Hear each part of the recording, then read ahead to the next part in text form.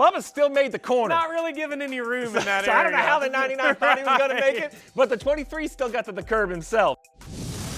Welcome into NASCAR Inside the Race. I'm your host, Steve Letarte, joined in studio by my buddy, Jamie McMurray. Round of 12, heading to the Roval. What's the Roval? It is a road course inside an oval at Charlotte Motor Speedway. All right, a couple changes last year. We've seen them before, but we're going to highlight them again. The first big one is the restart zone. We used to start on the oval, kind of bypass the front stretch chicane, heading into turn one, almost faster. We saw messes all the time. So this year will be the second time we've seen the cars actually restart through here, the racetrack itself. So if I pause it, that line right there is the start of the restart zone. You're gonna see the second line of the restart zone come in right there. It does a nice job of kind of stringing the field out into turn one. Of trying to get them to string That's out right. just a little bit. The other thing was when we did the other restart zone, you were going a lot faster into turn one than what you do on a normal lap. We saw numerous times people misjudge that and end up in the tire barrier. So I kind of like what they've done here, and along with the little bit of different curbing they have in turn one. And then you're basically hard left-hand turn into turn one, and now to the slow, narrow, very super narrow. Yeah, and then it looks wide from this perspective. In the car, even though the speeds at this track are fairly slow, it feels pretty fast. All of these corners feel off camber. You're gonna use all the racetrack you can on the exit. Those curbs don't bother the car too bad as you drive across them. But again, going into this corner, not a super fast corner, but the car feels on edge the whole time. Yeah, so as we kind of go up, this is, I think, what they call this turn 6. I'm not great with car numbers, it's corner numbers, into what's the new corner. So the new corner, 180 degrees, how does it work? Here you go, Kyle Larson dives to the inside of Logano, gets position, and then the peel-off work. He runs them high, the 22 has no choice but to give the position. That's how it works right. This is how it works wrong. This is not good. Not good. So when you look at this, we got 1, 2, 3, 4. I'm gonna argue that this might be 5 wide because I don't know where he's going. And it's a dive bomb. I'm gonna pick on Tyler Reddick, but there's really no place for a car at the bottom. Yeah, but one thing that I think is important to point out here as you watch the race on Sunday is if you look at the distance from the inside of the corner to the outside where the cars are actually running on the track, to run a fast line, you need to be way outside and get a good angle coming on to the oval. That opens up this opportunity to the inside for people to dive bomb though. And because it's such a slow corner, guys tend to get more aggressive like we see at Martinsville, right? Like you just see people get more aggressive with the slower that the speeds are. This was a little bit of a pile up. I don't think that Reddick was trying to make it 5 wide on the inside. As you look down here at the bottom, it looks to me like Buescher's already in trouble at this point.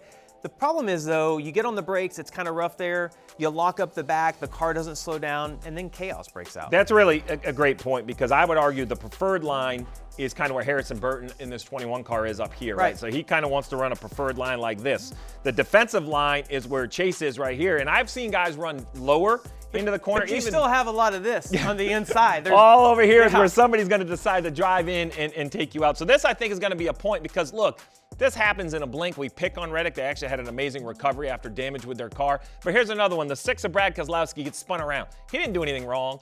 He just stacked up. And I want to remind everybody, a point of position. So if this is the last lap of the Roval and you're currently in by 10, right? Well, there's 1, 2, 3, 4, 5, 6, 7. That's it. You've lost 10 points. You're out of the playoffs by doing nothing but getting just stacked up. Yep, yeah, I mean, obviously you can lose a lot of positions at this track. And the other thing, because we referenced how narrow it is, if you run off the track or if you get into the wall, typically your day's done, or at least your car's destroyed. Yeah, well then, that is the new area, and I think that's where you're gonna see the dive bombs. I think the potential for upset drivers is actually down here. This is a single lane chicane, really. It's not meant for 2 cars, high speed entrance. It's a really fast part. It's also a straight braking zone. So it's the one point on the racetrack as a driver that you feel like if you're good under the braking that you'll pull out and try to make that pass. However, as you see here, sometimes the guys get to the inside or if someone blocks, if you hit these curves on the inside, I don't know if we reference these as turtles anymore.